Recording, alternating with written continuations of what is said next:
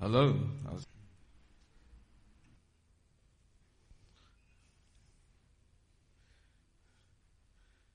Kom ons raak rustig, net soos jy daar sit, o diepte van die rykdom en wysheid en kennis van God, hoe ondeurgrondelik is sy oordeele en onnaspeurlik sy weë, want wie het die gedagte van die Here geken, of wie was sy raadsman gewees, of wie het eers iets aan hom gegee, dat dit hom vergeld moet word, want uit hom en deur hom en tot hom is alle dinge, syne is die heerlikheid tot in ewigheid. Amen.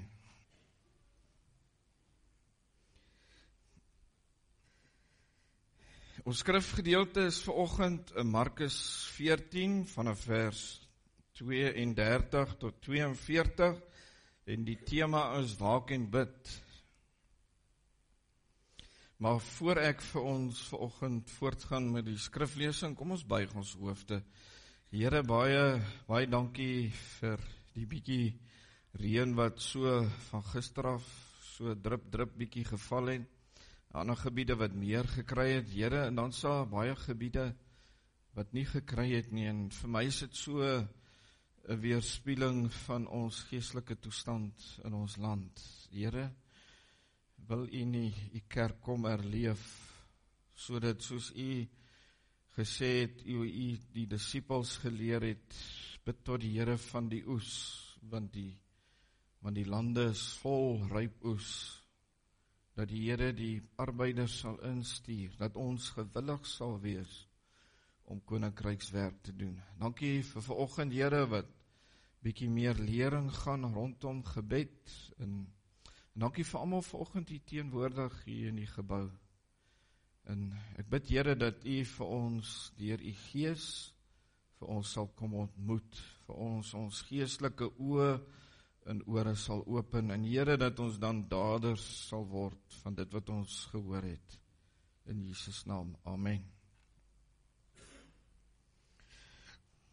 Die gedeelte wat ek vanoggend gaan so rondom die kruisiging, ek weet ons is nie in die kruisigingsgedeelte nie, maar vanoggend se gedeelte gaan dan spesifiek oor gebed, en ek lees vanaf vers 32, toe kom hulle by 'n plek met die naam Getsemane, en Jesus sê vir sy disippels, sit hier terwyl ek gaan bid. Daarna neem hy vir Petrus, Jakobus en Johannes saam met hom. Hy het ontsteld en beangs geword en vir hulle gesê, die ou vertaling sê hy het bedroef geword. Ek voel doodsbenoud, bly hier en waak. Hy het toe eentjie daarvandaan op die grond gaan kniel en gebid, dat as dit moontlik is, die uur van lyding nie vir hom sou aanbreek nie. Hy het gesê, Abba, Vader, alles is vir U moontlik. Neem hierdie lydingsbeker van my af weg. Moet nogtans nie doen wat ek wil nie, maar wat U wil. Hy kom toe terug en kry die 3 aan die slaap en vra vir Petrus, Simon, slaap jy? Kon jy nie eers 1 uur lank wakker bly nie? Julle moet waak en bid, sodat julle nie in versoeking kom nie. Die gees is wel gewillig, maar die vlees is swak. Hy het weer gaan bid en dieselfde gebed as voorheen uitgespreek. Hy kom toe terug en kry die 3 weer aan die slaap, want hulle was baie vaak. Hulle het nie geweet wat om vir hom te sê nie. Toe hy die 3de keer terugkom, sê hy vir hulle, slaap en rus julle nou nog. Dit is genoeg. Die tyd het gekom. Die seun van die mens word in die hande van die sondaars oorgegee. Staan op, kom ons loop. Kyk, die man wat my verraai is hier naby. Nou my temavers is vers 38. Julle moet waak en bid, sodat julle nie in versoeking kom nie. Die gees is wel gewillig, maar die vlees is swak. Waak en bid is dan vanoggend se tema van die prediking. Ek het al baie oor gebed gepreek, en julle weet dat ons elke Saterdagoggend rondom 6:00 hier in die kerk se saal byeenkom om te bid. Hier word dus baie gemaak van gebed in die gemeente. Baie van julle het al verskeie boeke oor gebed gelees, en ons almal wat hier in die kerkgebou sit bid, al is dit dalk net 1 keer op 'n dag, daar is dalk ander wat meer kere per dag bid, meer kere met die Here praat, waar ons ook al is, of wat ons ook al doen. Hoe dit ook al sy, ons bid. Ons bid om verskeie redes, ons bid vir verskeie dinge, oor ander mense, oor die omstandighede in ons land, dalk selfs vir die omstandighede in ons huis. Ons bid vir ons kinders, ons bid vir ons kleinkinders, vir ouers, bid dalk vir ouers, vir familielede, vir vriende. Ons bid vir mense wat die pad byster geraak het, vir die onbekeerdes. Ons bid vir die bose wêreld daar buite. Ons bid ook vir onsself, vir ons materiële behoeftes, wat dit ook al mag wees. Ons bid vir ons nood, dit wat ons kwel. Dalk is daar 'n saak wat jy reeds al vir jare oor bid, maar bid jy oor die saak? So is daar 'n legio dinge waaroor ons kan bid, en daar is nog baie dinge, verskeie dinge waarvoor ons kan bid. En niemand van ons wat vanoggend in hierdie kerkgebou sit, is onbekend met dit wat ek nou vir julle gesê het nie. En dan waak. Ek hou wag oor iemand wat byvoorbeeld siek is. Ek hou wag oor my huis. Ek waak teen sonde, teen verleiding. Ek staan in die bres vir ander. Dit is spesifiek wat ons Christen gelowig is ons moet in die bres staan vir hulle wat nog nie die lig ontdek het nie. Vir ander wat deur moeilikhede gaan, of vir hulle wat dalk swak in die geloof is, waak ons saam met hulle. Paulus het ons gesê, jy moet nie die een wat swak in die geloof is nie, staan hom by, berispe, help hom vriendelik op. Ek waak saam met ander oor 'n saak waarmee dalk 'n medegelowige stry, veral voorbidders. Daar is verskeie maniere om te waak, om wag te hou of in die bres te staan. Hierdie stuk wat ek vanoggend vir julle gelees het, is in die tuin van Getsemane, voor hulle vir die Here Jesus kom gevange neem het. Net na hy met sy disippels die Pasga gevier het. Die Pasga wat dan eintlik 'n voorbereiding was vir sy begrafnis. Hy neem hulle saam in sy angs en in sy beproewing, nog voor die disippels geweet het wat sou kom. Hy laat egter die ander 8 agter, en hy neem Petrus, Jakobus en Johannes saam met hom, 'n entjie verder, en hy gaan bid. En wat baie interessant is dat die 3 wat hy saam met hom geneem het, is die 3 wat die Here later in leidende rolle in die kerk gebruik het. Petrus, Jakobus en Johannes, veral in Jerusalem.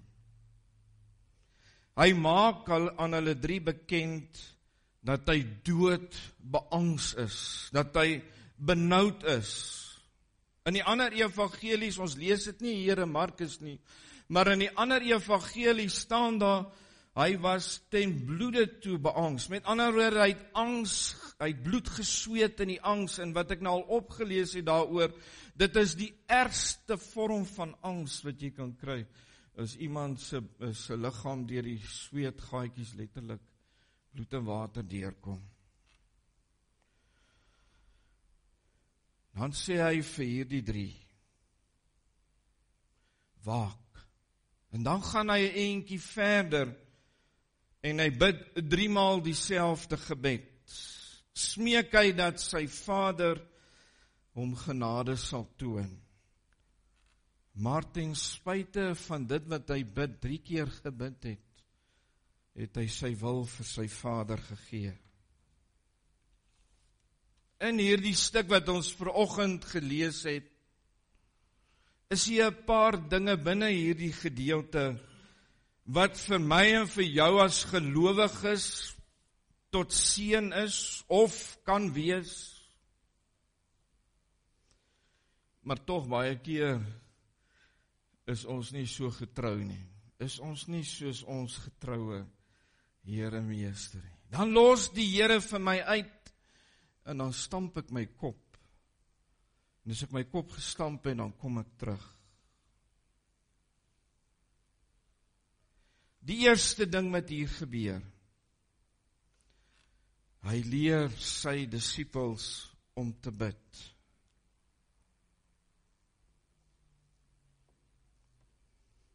Maar is nie net hier waar hy sy disippels geleer het in 'n bid nie, ons sien dit elders ook in ander gelykenisse of ander dele in die evangelies. Ons sien dit in die Onse Vader, toe sy disippels na hom toe gekom het gesê, Here, leer ons om te bid, dan sê die Here Jesus, en so moet julle bid.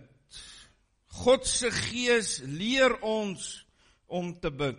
Ek hoor so baie mense wat sê, ons weet nie wat om te bid nie, ek weet nie wat om te sê nie. Dan is die volgende vraag wat ek gewoonlik vra, maar lees jy jou Bybel? Dan sit baie keer, dan lees mense nie baie keer hulle Bybel nie. En dan sê ek baie keer vir mense, maar dis dood eenvoudig, as jy nog nie weet wat en hoe om te bid nie, vat jou Bybel. Lees psalms, is mooi gebede, wat in psalms, leer uit God se woord uit bid. Ek dink baie keer wil mense dink, en veral as mens voor ander mense bid, jy moet hierdie vreeslike hoor, die dominee gebruik sulke mooi woorde, en dit klink alles so mooi. Gebed is om uit die hart te bid, né? Dood eenvoudig, soos jy in eerbied teenoor jou vader of jou moeder, of iemand wie jy respekteer sou praat. Dood eenvoudig te kommunikeer. Hoe 'n kind, 'n klein kind, moet sy pa kommunikeer. Die tweede ding wat ons hier uit hierdie gedeelte kry, is waak. 1 Petrus 5 vers 8 skryf Petrus, wees nugter en waaksaam, want julle teestander die duiwel loop soos 'n brullende leeu en soek wie hy kan verslind. Wees nugter, let op hoe jy jou lewe deurbring, wat jy doen, met wie jy omgaan, waarmee jy omgaan, waarna toe jy gaan, wat in jou gedagte wêreld omgaan. Dis baie keer wat ons nie besef nie. Dis die heel eerste plek waar die duiwel kom en vir ons aanval, is hier in die gedagte wêreld. Weet jy wat? As 'n gedagte by jou opkom wat jy nie gedink het nie, weet dis die vyand. Nou dat die bloot laat die gedagte opgekom, beteken nie dat jy gesondig het nie. Maar wanneer jy toegee aan daardie gedagte wat in jou opgekom het, ek praat nie van dinge waaroor jy self dink nie, ek praat van dinge wat net skielik hier opkom, dinge waaroor jy nie eens gedink het, gewoonlik goed om mense te verlei, of die vuilste goed, wat in jou gedagtes opkom, is die duiwel wat soos 'n brullende leeu rondloop en kyk wie hy kan verslind. Wees ligter. Hoe doen ek dit? Deur sy woord te lees, te bestudeer. Mense, ons moet nie net die woord lees nie. Ons moet hom lees met die doel dat die Here onderrig my uit u woord. Ek moet hom bestudeer. Ek moet nadink. Die ou Afrikaanse vertaling sê ek moet bepeins wat daar staan in God se woord. Tyd daaraan te bestudeer. Nie kyk of jy dit so gou as moontlik kan klaar lees nie. Lees eerder kleiner stukkies en dink na oor hierdie gedeeltes. God se Gees te vra vir leiding. In konteks te lees wat daar staan en nie dinge uit verband uit te ruk nie. Want die duiwel gaan om elke hoek en om elke draai. Kyk hoe hy jou as kind van God se lewe ondraaglik kan maak, waarmee hy jou kan verlei om sonde te doen. Mense, ek wil die duiwel nie die eer gee nie, maar ek dink baie keer ons onderskat vir Satan. Die duiwel is nie op my en jou vlak nie, hy is in 'n wese geskakel, hy was een van die groot wesens in die hemel gewees, wat een keer teen God gesondig en toe uitgeskop is. Lucifer was sy naam, Lucifer beteken engel van die lig. Wees waaksaam, dis hoekom ons tyd saam met die Here en sy woord moet bestudeer, dis hoekom ek tyd moet maak om saam met die Here om in sy teenwoordigheid te wees. Wees nederig, sê die Bybel, want ons kan so maklik struikel. Pas op vir hoogmoed. Ek dink geestelike hoogmoed is een van die dinge wat die duiwel gebruik om vir kinders van die Here so gou af aarde toe te bring. So terwyl ons waak teen die vyand, bid ons sodat ons staande kan bly. 1 Korintiërs 10 vers 13, dalk ken van julle wat daar staan, geen versoeking wat groter is as wat jy kan weerstaan, het hy jou gegee nie. Dan staan daar by 'n belofte, saam met die versoeking sal hy die uitkoms gee. As God se Gees in my woon, gaan hy die uitkoms ook gee. En baie keer gaan ons as kinders van die Here, dan gee ons toe in ons gedagtewêreld.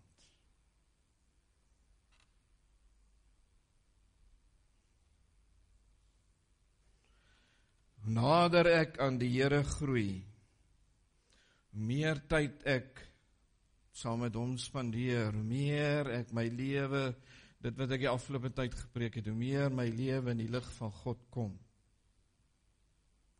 hoe beter is dit om staande te bly. En hoe moeiliker word dit vir Satan om jou te mislei. As jy in die lig van God leef, as jy God se Gees toelaat om sy lig in jou lewe te straal. Weerstaan die duiwel, sê die God se woord, en hy sal van jou af wegvlug. Dis ook 'n belofte. Nie in jou eie krag nie, maar met die genade wat die Here vir jou gee, weerstaan jy hom. Ek weerstaan jou in die naam van die Here, sê die woord, hy sal van jou af wegvlug. Derde plek, dan staan, hoekom moet ons waak? Die Here Jesus gee vir ons die antwoord, hoekom moet ons waak en bid? Want jou gees wat in jou is gewillig, maar jou vlees is swak. Dis hoekom ons moet waak en bid. Jou gees is gewillig, maar jou vlees is swak. Jy moet jou liggaam inoefen, sodat jou liggaam kan leer om te waak en te bid. Dis hoekom Paulus baie keer die voorbeeld gebruik van 'n atleet. Hoe word iemand 'n atleet? Die dag as hy opstaan en klere in atletiekskoene aantrek, nou gaan hardloop by die 100 meter, nee. Hy gaan oefen om 'n 100 meter atleet te word. Dieselfde is dit in ons geloofslewe. Jy moet jou vlees onderhoorig maak aan God se Gees. Julle weet ook tog, as jy op die veld sit vir die eerste keer, is jy moeg, jy word moeg. 1 of 2 rondes gehardloop, die volgende dag hardloop jy dalk 'n halwe ronde verder. So gaan jy aan, en so raak jou liggaam gewoond, so leer jou liggaam om meer suurstof of met minder suurstof klaar te kom. So word jou liggaam se spiere sterk. En net so is dit in ons geloofslewe. As jy nie tyd inoefen saam met die Here nie, weet julle wat? Dis hoekom baie mense nie oor daai drempel kan kom nie. Ons bid 'n minuut of 2 en dit is 'n vreeslike inspanning. Dis moeilik. Dis dieselfde soos wat jy sit in 'n gym, daai eerste keer as jy daai gewigte optel, is dit moeilik, as jy 'n maand later volhard en dan kom jy agter, jy kan daai gewigte makliker optel. Dan leer ek om dit te geniet. As my liggaam geestelik fiks geword het, dan begin dit vir my heerlik word. Dan begin ek die Here intiem ervaar in my stilte tye. Jy moet die vlees onderhoorig maak aan God se gees. Jy moet jou liggaam inoefen in hierdie dinge. Die voorbidders wat ons kry, is nie maar iets uit nou in die oggend besluit om 'n goeie voorbidder te word, nou sy voorbidder. Daar is sulke gevalle, uitsonderlike gevalle.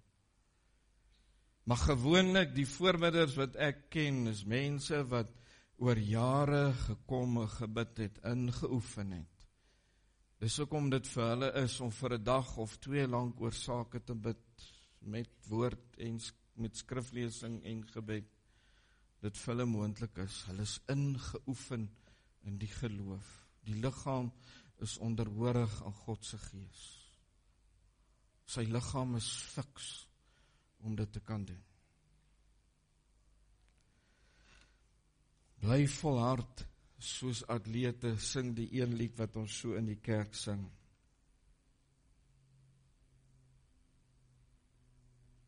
Ons oefen onsself om meer en meer te kan doen. Te kan waak en te bid, sodat wanneer die versoeking kom, ek en jy staande kan bly. En daai fiksheid word behaal in die binnekamer.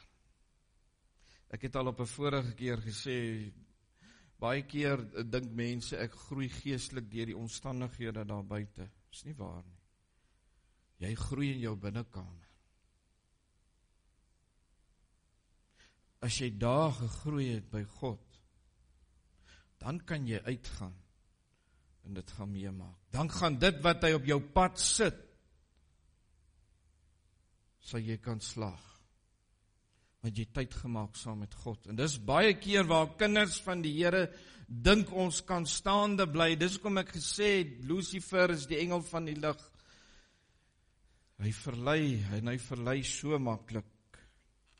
Die vierde ding wat ons uit hierdie stuk leer, is om te volhard in gebed. Mense om te kan volhard, kom deur oefeninge. Tyd te maak saam met die Here. Dominee Etienne Maritz het altyd gesê, gebed is soos hierdie eat some more cookies. As jy een geëet het, dan wil jy verder raap, en as jy hom klaar geëet het, dan wil jy nog een vat. Dis so gebed is. Dis inoefen, tyd saam met die Here. Weet julle hoe eerlik is dit, as jy daar gekom het in jou lewe, om te wil wees in sy teenwoordigheid. Nie net daar waar jy stilte tyd belewe nie, maar daar waar jy buite is, dink jy aan die Here, of dink jy net sekere tye aan die Here? Dis ook 'n teken van geestelike volwassenheid.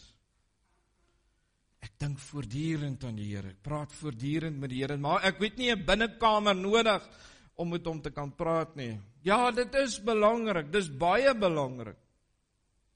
Maar jy moet leef vanuit daardie binnekamer, daai teenwoordigheid, daai God wat jy daar ervaar. Moet jy kan leer om buite jou binnekamer te leef. Dis waar jy leer om te volhard, is by hom. Dis wanneer jy in staat gestel word om dit wat na jou kant toe kom te kan weerstaan, of om die standaard te slaag van geloof. Nou nader ek in die Here groei, word die versoekinge of die beproewinge wat op ons pad gestuur nie noodwendig makliker nie. Dit word moeiliker, maar dit word makliker in die sin van, ek het geleer om in God se teenwoordigheid te leef. Daarom kan ek staande bly. Is om te volhard in gebed.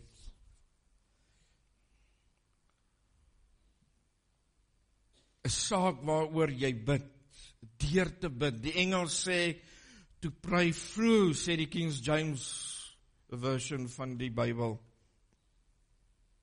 En ek dink, baie mense het nog nie die term gehoor nie, maar dit is 'n Bybelse term. En ons sien dit juis in hierdie gebed van die Here Jesus.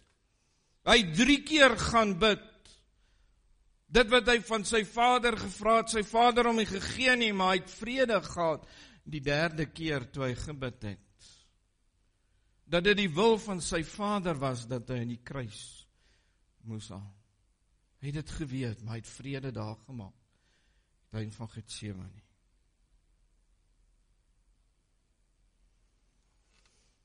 Kinders van die Here raak gou moeg, raak afgemat. Gee op as hulle nog nie eens 'n antwoord gekry het nie.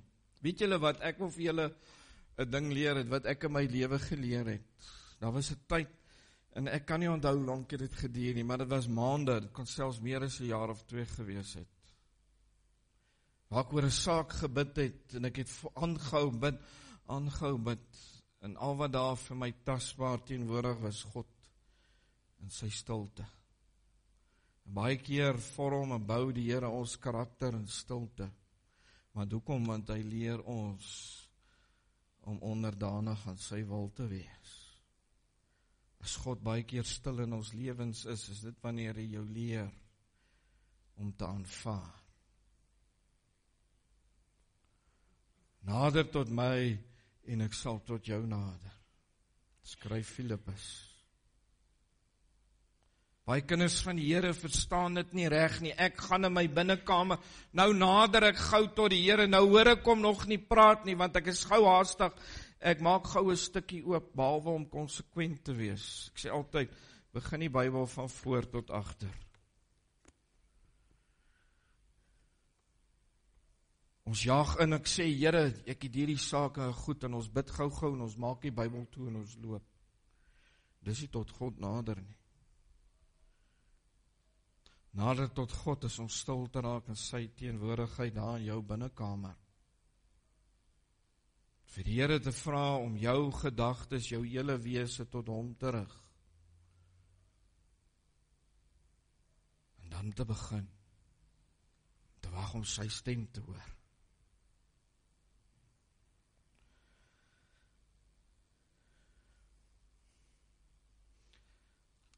Ons het baie keer in ons geestelike lewens nie geleer om te volhard nie. Julle het dit al baie keer in julle eie lewe ervaar, dalk toe jy kind was, vir die eerste keer atletiek gedoen het. Toe val jy uit met jy laaste gekom, toe gee ek op. Ek het nou vergeet, wie was die Nieu-Seelandse se loskakel gewees?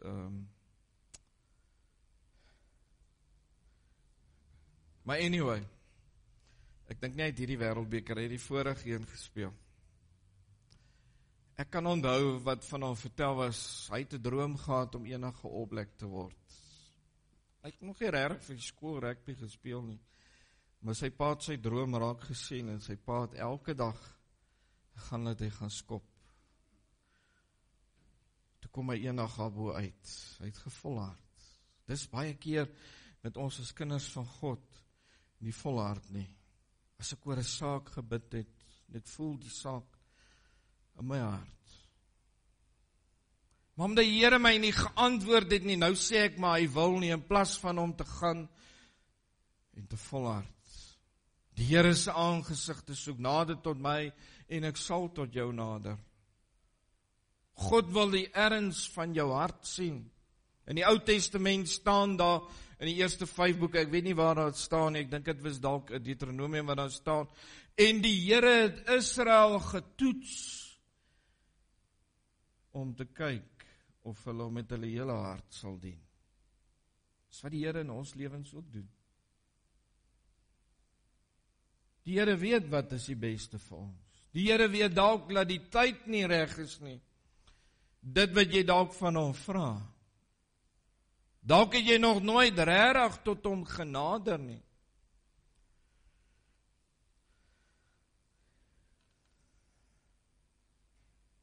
Dan die laaste uit hierdie gedeelte om te leer is, en dis my amper, dit vat eintlik alles saam, is God se wil. is God se wil. Om my lewe, my gedagtes te rig volgens God se wil. Dis waar baie van ons fouteer. Matteus 6 vers 33, die ou vertaling sê die volgende: soek alleeers die koninkryk van God en al sy geregtigheid. En al hierdie dinge sal vir julle bygevoeg word. Dan gelees jy al die ander vorige verse. Dis waarvan al hierdie ander vorige dinge sal ek vir jou gee. Soek alleeers die koninkryk van God en sy geregtigheid. En ek sal hierdie dinge vir jou byvoeg. Ons soek ons eie koninkryk. Hierdie is tydelik. God se koninkryk gaan oor die ewige.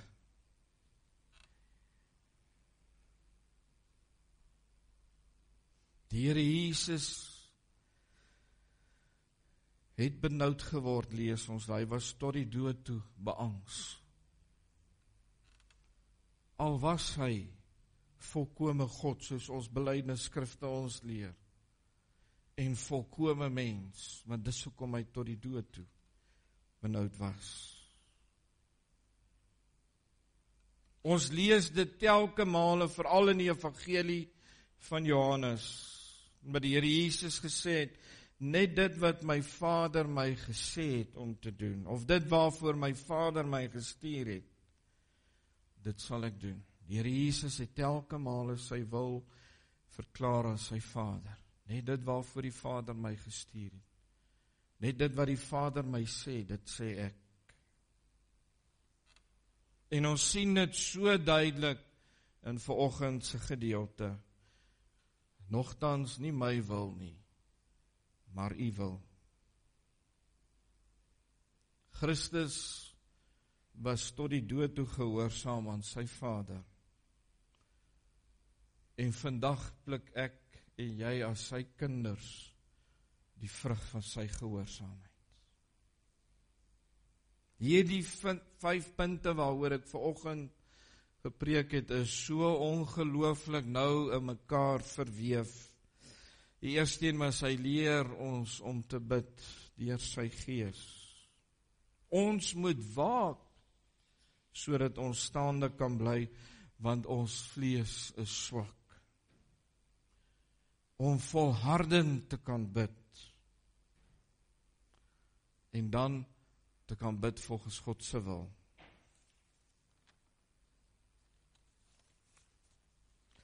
Ek weet dat baie min kinders van die Here op hierdie punt in hulle lewens gekom het. En dis net iets waar die Here Jesus my kan kry. Dis die dag wanneer ek my algeheel vrywilliglik en onvoorwaardelik aan hom oorgegee het. Leer om in die Gees te bid, om in God se teenwoordigheid te wees, om staande te kan bly, omdat sy Gees my in staat stel, om staande te bly. Dit wat 1 Korintiërs 10 vers 13 sê. Saam met die versoeking gee ook die uitkoms. Ek wil baie graag afsluit vanoggend, en vanoggend se preek is vir kinders van die Here gewees. Vir jou te vra, waar staan jy in jou geestelike lewe? Het jy, wil jy algeheel vrywilliglik en onvoorwaardelik jou alles aan die Here al oorgegee? Of jy net gedeeltelik, of is daar maar net sekere dinge wat jy aan die Here oorgegee het? 'n lewe van gehoorsaamheid. Soek alleeers die koninkryk van God en al sy geregtigheid, en al hierdie dinge sal vir jou bygevoeg word. Amen. Kom ons sluit ons oë.